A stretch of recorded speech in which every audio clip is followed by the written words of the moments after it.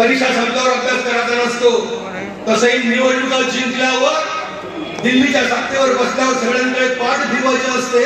हे आजपर्यंत समीकरण होतं, पण हे समीकरण बच्चूकडूच्या नेतृत्वाखालच्या लोकसभेच्या उमेदवारांच्या माध्यमातून उद्ध्वस्त केलेलं नाही.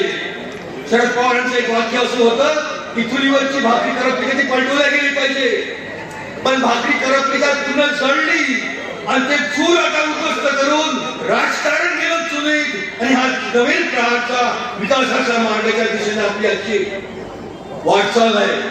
बचभाऊ गुवाहाटीला गेले असेल, पण बगावत ईमानदार और स्वाभिमान लोग ही कर सकते हैं. तलवे चाटने वाले लोग बगावत नहीं कर सकते.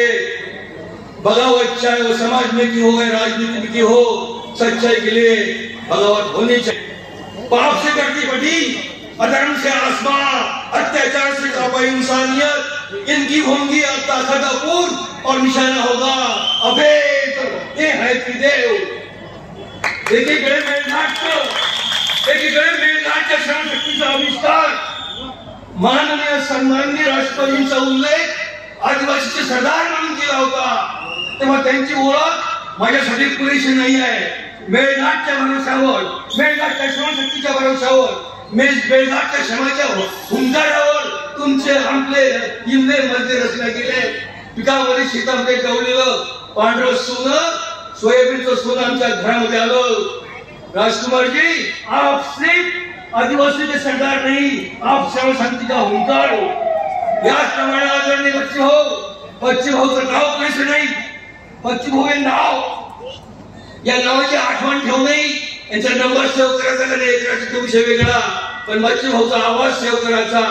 विधानसभा के दीवारों को पता है कि एक शेर जब दहाड़ता है तो विधानसभा की दीवारों में दरार पैदा होती है.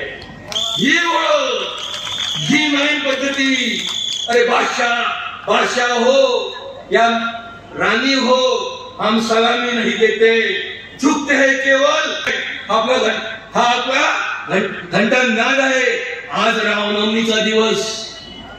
एका शाळेतल्या मास्तरने पोराने प्रश्न विचारला, रामनवमी का साजरी केली जाते? पोराने उत्तर दिलं, हो प्रभू रामचंद्र 8वी पास झाले, ते 9वीत गेले म्हणून रामनवमी मनवले जाते. असं त्यांचं प्रेम रामाच्या प्रती.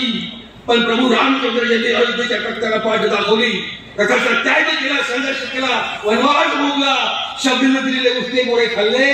जी वनवासी होती, राणशेती वनशेती करणारी होती, त्या शेतकऱ्याला प्रतिष्ठा देणारा प्रभू रामचंद्र होता. म्हणून प्रभू रामचंद्रावर आमचा खऱ्या अर्थाने सर्वांगीण अधिकार, आमचा पहिला अधिकार आहे.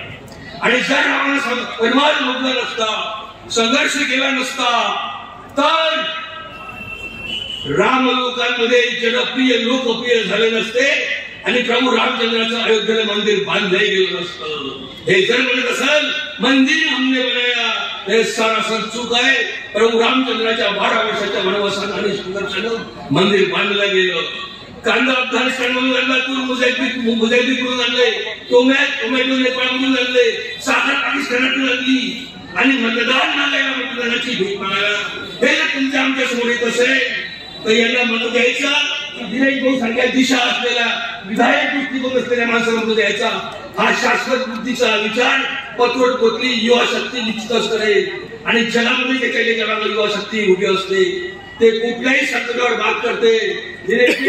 आने वाली 26 तारीख को आपके विजय का मार्ग पूरा प्रशस्त हुआ है. आपकी 108 नंबर की एम्बुलेंस दिल्ली की तरफ तेज दौड़ेंगे. या ठिकाणी सूचना आल्या, माननीय